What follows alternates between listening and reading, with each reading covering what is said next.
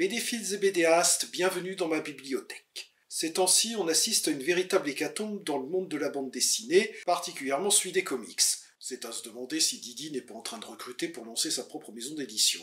Mais les mangas ne sont pas épargnés pour autant, et le 4 juillet 2022, le soixantenaire Kazuki Takahashi s'est noyé en secourant 3 plongeurs. De son vrai nom Kazuo Takahashi, il était célèbre pour avoir créé une franchise multimédia avec son manga Yu-Gi-Oh!, littéralement le roi des jeux, que beaucoup de personnes n'en ayant qu'une connaissance superficielle assimilent à une simple publicité pour un jeu de cartes à collectionner, à des spin-offs de plus en plus loufoques où on joue aux cartes sur des motos, et à une censure américaine aberrante qui transforme des pièges à l'assaut en machins magiques expédiant leurs victimes au royaume des ombres, quand elles ne gomment pas les armes pour donner l'impression que des individus menaçants jouent en fait à tir sur mon doigt.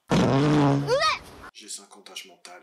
Et pourtant, au début, le manga n'avait rien à voir avec le jeu de cartes homonyme. Et pour cause, celui-ci n'existait pas encore. Au point que l'adaptation animée fera l'impasse sur les 59 premiers épisodes, préférant débuter au 60e avec l'arc de Pegasus, à partir duquel les duels de cartes deviendront centraux dans l'intrigue. Enfin, pour être précis, je parle de la deuxième série télévisée, celle de 2000, car 2 ans auparavant, il y avait eu une autre adaptation en 27 épisodes qui s'inspirait, elle, des premiers tomes du manga. Vous ne me croyez pas ? Eh bien, lisons les épisodes pour vérifier. Le premier chapitre de Yu-Gi-Oh!, paru dans le Weekly Shonen Jump du 30 septembre 1996, introduit Yugi Muto, un lycéen chétif et timide qui peine à se faire des amis et est régulièrement embêté par 2 autres élèves, Jonouchi Katsuya et Honda Hiroto, tout en étant défendu par Hanzo Masaki. C'est aussi un passionné de jeux en tout genre, on peut donc dire qu'il a un prénom prédestiné puisque Yugi veut dire jeu en japonais. Le fait que son grand-père en possède un magasin a dû beaucoup aider aussi. Son préféré est un casse-tête que ce dernier a ramené d'Égypte, un puzzle complexe en 3 dimensions remontant à l'Antiquité et est réputé posséder d'étranges pouvoirs. Notre héros est convaincu que s'il arrive à le terminer, l'objet exaucera son vœu qui est d'avoir des amis. Quand Jonouchi le découvre, il subtilise une des pièces sans qu'Ugi s'en aperçoive, mais peu après, lui et Honda sont victimes d'une brute d'école, et leur souffre-douleur prend leur défense en acceptant de recevoir les coups à leur place. Jonouchi est alors pris de remords, et lui rend la pièce volée, lui permettant d'enfin compléter le puzzle avec un résultat inattendu, puisque sa personnalité change alors complètement, le faisant passer de timide à sûr de lui, pour ne pas dire arrogant. Et comme la brute a voulu lui faire payer sa protection, Yugi lui propose de faire de l'argent qu'il lui réclame l'enjeu d'un jeu de son invention. À tour de rôle, chacun doit poser l'alias sur sa main avant d'y planter un couteau pour récupérer le plus de billets possible. Mais au bout d'un moment, le racketteur commence à perdre le contrôle de sa main qui n'obéit plus qu'à sa propre cupidité. Et quand il tente de s'en sortir en tuant son adversaire, Yugi lui inflige une punition pour avoir triché, le condamnant à une illusion permanente où il prend les feuilles et les détritus pour de l'argent. Le lendemain, Yugi retrouve sa personnalité habituelle et n'a plus aucun souvenir de ce qui s'est passé après qu'il a complété son puzzle, qu'il porte désormais en pendentif. Et lorsqu'il recroise Jonouchi, ce dernier lui propose de devenir son ami. À partir de là, on va voir se former un quatuor de héros constitué de Yugi, Jonouchi, Honda et Hanzo, auquel s'ajoute parfois Anasaki, un camarade de classe encore plus timide et isolé que Yugi et qui est passionné de comics. Encore qu'au début, la VF avait traduit ça par manga comique. Fils de parents divorcés, négligé par un père alcoolique, Jonouchi correspond à l'archétype du voyou au grand cœur qui, après avoir d'abord semblé être un méchant s'amusant à taquiner les plus faibles, se révèle être un ami loyal et prêt à tout pour ses proches. Honda est le moins développé du quatuor à cause de sa personnalité similaire à celle de Jonouchi, si on accepte sa timidité envers le sexe opposé. Ça et le fait qu'il est moins impulsif et plus réfléchi. Il faut dire que dans le premier épisode, il est surtout là pour faciliter les dialogues d'exposition en évitant à Jonouchi de parler tout seul, et dans les suivants, il semble relégué au rang d'élément du décor. Évidemment, comme ça aurait fait tâche que Jonouchi plaque son pote pour devenir celui de Yugi, Honda finit par devenir à son tour son ami dans le 7e épisode. Enfin, Hanzo, dont le rêve est de partir étudier la danse aux États-Unis, est l'élément féminin du groupe. En tant que telle, et bien que décrite comme une fille de caractère qu'il ne faut pas chercher, elle est généralement réduite au rôle de demoiselle en détresse, de fan-service ambulant, de victime des regards concupiscents et des plaisanteries douteuses de son entourage, quand ce n'est pas de main mécanique baladeuse. Eh ben, entre ça et le mur de l'enchanteresse dans la saga d'Asgard, je me dis qu'à force de se concentrer sur Pédobert, on en oublie son cousin et fait beau main. À noter qu'elle est amoureuse de l'alter ego de Yugi sans savoir que c'est lui, puisqu'au début elle ne connaît que sa voix, qui est légèrement différente de celle qu'il a d'habitude. Comme pour beaucoup de héros jeunesse, le fait que ces 4-là soient au lycée ne les empêche pas d'être indépendants, au point qu'on se demande parfois s'ils ont une famille. C'est bien simple, au début on ne connaît que le grand-père de Yugi, et on suppose donc qu'il est orphelin, jusqu'à ce que sa mère fasse un caméo dans l'épisode 41. Ah ça y est, j'ai trouvé la question ultime! Celle sur la vie, l'univers et le reste. Quel est le numéro de l'épisode qui suit celui où apparaît la mère de Yugi? 42. C'est aussi celui du Weekly Shonen Jump où a débuté la série d'ailleurs. Coincidence, we think not.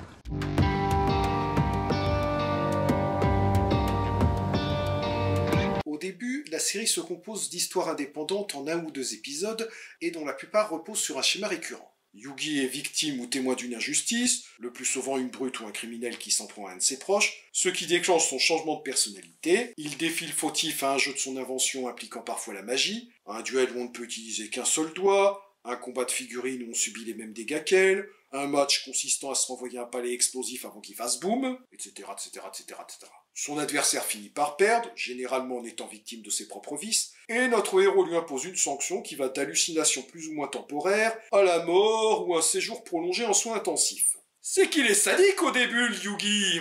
Mais au bout d'un moment, Takahashi va commencer à raconter des histoires plus longues, s'étendant sur plusieurs épisodes, et lui permettant d'étoffer la mythologie de sa série en confrontant son héros à des adversaires possédant eux aussi des objets liés à l'ancienne Égypte. Shadi et Bakura Ryo. Comme ils reviendront ensuite fréquemment dans la série, leurs arcs, quelque peu modifiés, seront intégrés à celui de Pegasus dans l'adaptation animée.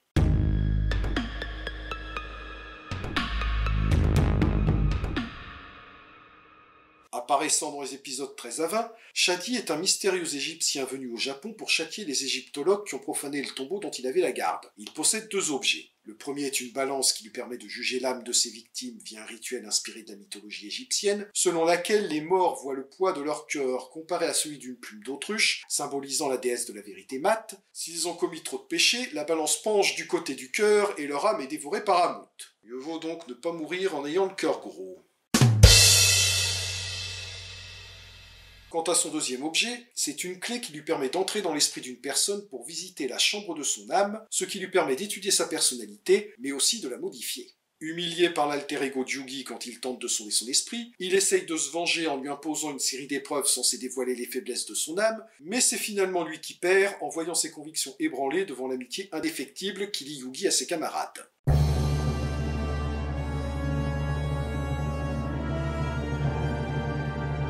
Quant à Bakura Ryo, lycéen rôliste d'une extrême gentillesse, il est un miroir négatif de Yugi. Comme lui, il possède un pendentif remontant à l'ancienne Égypte qui lui permet de changer de personnalité, mais son alter ego est un être malfaisant qui emprisonne l'âme des amis et ennemis de son hôte dans des figurines et qui convoite le pouvoir du puzzle de Yugi. Ils s'affrontent une première fois dans une saga s'étendant sur les épisodes 50 à 59, à l'issue de laquelle Yugi et ses camarades triomphent de leur adversaire et semblent libérer Bakura de son influence, mais ceux qui ont suivi le dessin animé savent qu'il reviendra régulièrement les menacer. Un autre personnage introduit dans une saga en plusieurs épisodes et qui reviendra souvent s'opposer à Yugi par la suite, c'est... Les fans du dessin animé le connaissent bien puisqu'il est le Vegeta de Yugi, un rival arrogant et méprisant qui, après s'être vu infliger une cuisante défaite par le héros, tentera à plusieurs reprises d'avoir sa revanche tout en l'aidant occasionnellement face à des menaces communes, mais restant trop fier pour accepter de le considérer comme un ami. Kaiba apparaît pour la première fois dans les épisodes 9 et 10, qui introduisent également Magic and Wizard, un jeu de cartes largement inspiré de Magic et de Pokémon, qui inspira le jeu de cartes que tout le monde connaît, mais qui à ce moment-là n'est censé être qu'un des nombreux jeux à usage unique qui émaillent la série. Défié par Yugi après avoir volé à son grand-père la carte aussi rare que puissante du dragon blanc aux yeux bleus, Kaiba l'affronte dans une partie où les monstres des cartes apparaissent réellement pour combattre, et perd quand la carte qu'il avait volée refuse d'obéir à celui qui n'est pas son propriétaire légitime. En guise de punition, Yugi le condamne à passer une nuit emprisonné dans une carte où il est confronté aux différents monstres du jeu. Dans l'épisode 24, nous faisons connaissance avec son petit frère Mokuba, alors très différent du petit garçon gentil et amical de l'anime, puisque c'est un immonde caïd en culotte courte qui veut venger l'honneur de son frangin en battant Yugi aux capsules Monster, un mélange de Pokémon et d'échecs qui aura droit à une adaptation en jeu vidéo. Et puisqu'on parle d'échecs, Mokuba a beau être un champion et avoir truqué la partie en s'arrangeant pour que son adversaire n'ait que des monstres faibles, il en subit un cuisant et est condamné à une illusion où il s'imagine être enfermé dans une des capsules du jeu. Il a cependant le temps de prévenir Yugi que son frère prépare sa revanche sous la forme du Death T, qui fera l'objet d'un arc couvrant les épisodes 26 à 40. On y découvre que Kaiba n'est pas seulement un lycéen champion de Magic and Wizard, mais aussi le riche dirigeant de la Kaiba Corp dont Mokuba est le vice-président. Alors, il n'y a pas si longtemps, j'aurais dit un lycéen revanchard et un gamin qui dirige une entreprise. Bonjour la suspension d'incrédulité. Et puis j'ai vu Elon Musk diriger Twitter. Enfin, diriger... diriger droit dans le mur. Faudrait peut-être vérifier son alibi pour le Tchernobyl et le Titanic, d'ailleurs. Je vois que vous allez bientôt perdre votre compte Twitter. Et après que Mokuba a tenté de prendre sa revanche en défiant Yugi à une roulette russe culinaire où un des plats est empoisonné, spoiler, il a encore plus de mal à digérer sa défaite cette fois, Kaiba invite Yugi et Jonouchi à l'inauguration de son parc d'attractions Kaibaland. Oh bah il est sympa ce Kaiba finalement, où il découvre qu'il a fait enlever le grand-père de Yugi pour l'obliger à l'affronter aux cartes. Ok, j'ai rien dit. Avec une petite valeur ajoutée inspirée de son duel contre Yugi, puisque les monstres et effets des cartes se matérialisent sous forme d'hologrammes, et que le perdant est confronté à des visions cauchemardesques déconseillées aux personnes au cœur fragile.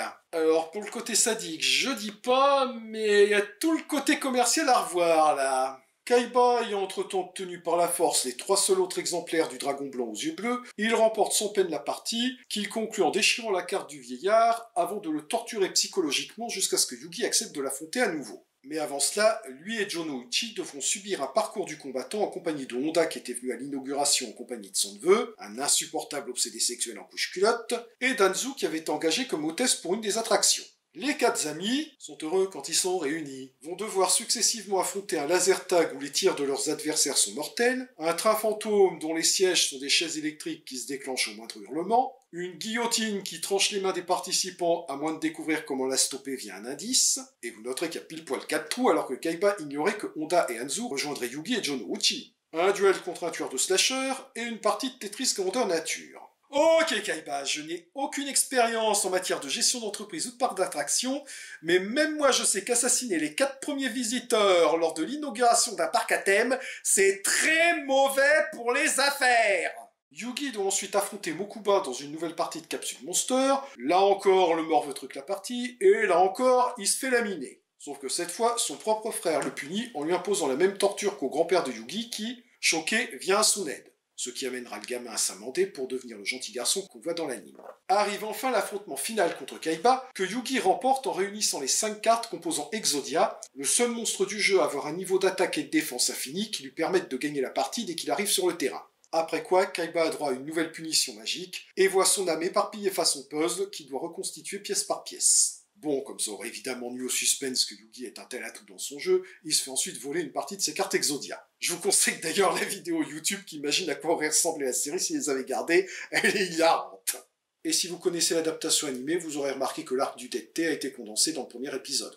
Comme quoi, même avant que Little Koribo la parodie, c'était déjà une série abrégée. Au passage, dans le manga, celui où les héros se dessinent un smiley sur les mains fonctionne beaucoup mieux, puisque ça a lieu lors d'une scène de développement de personnages, alors qu'ils sont isolés dans une pièce apparemment sans issue. De même, toujours dans le manga, on comprend mieux pourquoi Papy Muto, dont je réalise soudain à quel point il ressemble à Papy Grenier, termine son duel contre Kaiba dans cet état. Et du développement de l'évolution et de personnages, il y en a beaucoup dans cet arc, puisqu'il permet à Yugi de prendre conscience de son autre personnalité et de l'accepter, lui permettant de conserver désormais le souvenir de ses actions, de commencer la rédemption de Mokuba, et d'éclairer le passé tragique de Kaiba, dont on découvre qu'il était à l'origine un grand frère gentil et protecteur, jusqu'à ce que lui et son frère soient adoptés par un cruel homme d'affaires qui lui imposa une éducation tyrannique qui ferait passer celle des Spartiates pour le Club Med, jusqu'à ce que Kaiba lui arrache le contrôle de sa compagnie, à la suite de quoi son père adoptif se suicida en lui disant « Regarde bien ce qu'il advient des perdants !» Donc ouais, avec un passé pareil, on peut s'estimer heureux qu'il n'est pas plus mal tourné. Et voilà comment celui qui aurait dû n'être qu'un des nombreux adversaires jetables de la série en est devenu un des meilleurs personnages récurrents.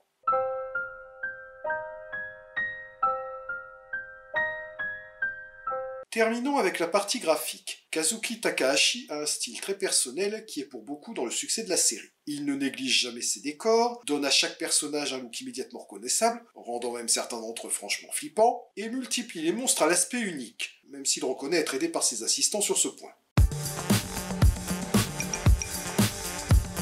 Vous voyez que je ne vous avais pas menti en vous disant que le manga n'était pas un produit dérivé du jeu de cartes, mais le contraire, le second ayant été créé suite au succès du premier, pour finalement devenir un élément central des intrigues à partir de l'épisode 60. Pour le meilleur et pour le pire. Pour le pire, car malgré quelques tentatives, la série cessera d'inventer de nouveaux jeux, y perdant donc en variété et en inventivité. Pour le meilleur, car ça lui évitera de s'enfermer dans un schéma qui serait vite devenu répétitif, Un méchant fait des méchancetés, Yugi l'affronte à un jeu magique, gagne et le punit pour ses méfaits, permettant à l'auteur de se lancer dans de longues sagas où il confronte Yugi à des antagonistes variés et mémorables, tout en développant son univers, en liant le jeu de cartes aux mystères introduits dans les premiers épisodes, comme la quête de la véritable identité de l'alter ego de Yugi et les objets liés à l'ancienne Égypte, ce qui en fait une série plus riche et complexe que si elle avait été uniquement conçue pour être une pub de jouets. Malgré le schéma un peu répétitif submentionné, ces premiers épisodes restent de qualité, avec leur message positif sur l'amitié et la réconciliation que John Uchi parviendra à saisir, mais pas Kaiba, le thème des jeux bien exploité, l'auteur ajoutant même des jeux à la fin de certains épisodes ou de certains volumes du manga, et on retiendra aussi un côté parfois un peu horrifique avec les punitions que Yugi inflige à ses adversaires, rappelant parfois celles des méchants des récits d'horreur d'ici Comics, certaines séquences cauchemardesques, et surtout l'arc du Death T, digne d'un épisode de Saw. On sent que l'auteur voulait faire un manga horrifique à l'origine. Quoi qu'il en soit, il est intéressant de voir comment ce qui était au départ une série à formule a progressivement évolué en une saga plus complexe avec un univers riche, et comment Kaiba et les duels de cartes, deux éléments prévus pour une seule histoire, sont finalement revenus pour devenir centraux dans l'intrigue.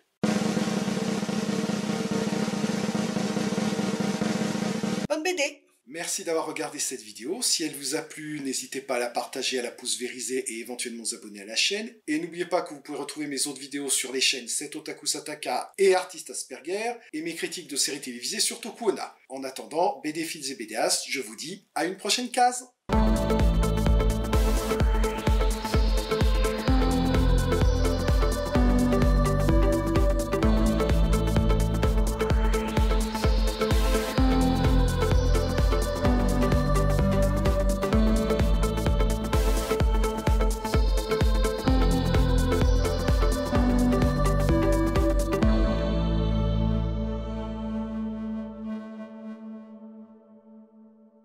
À partir duquel il va me faire chier encore longtemps, ce téléphone a tuté quand j'enregistre.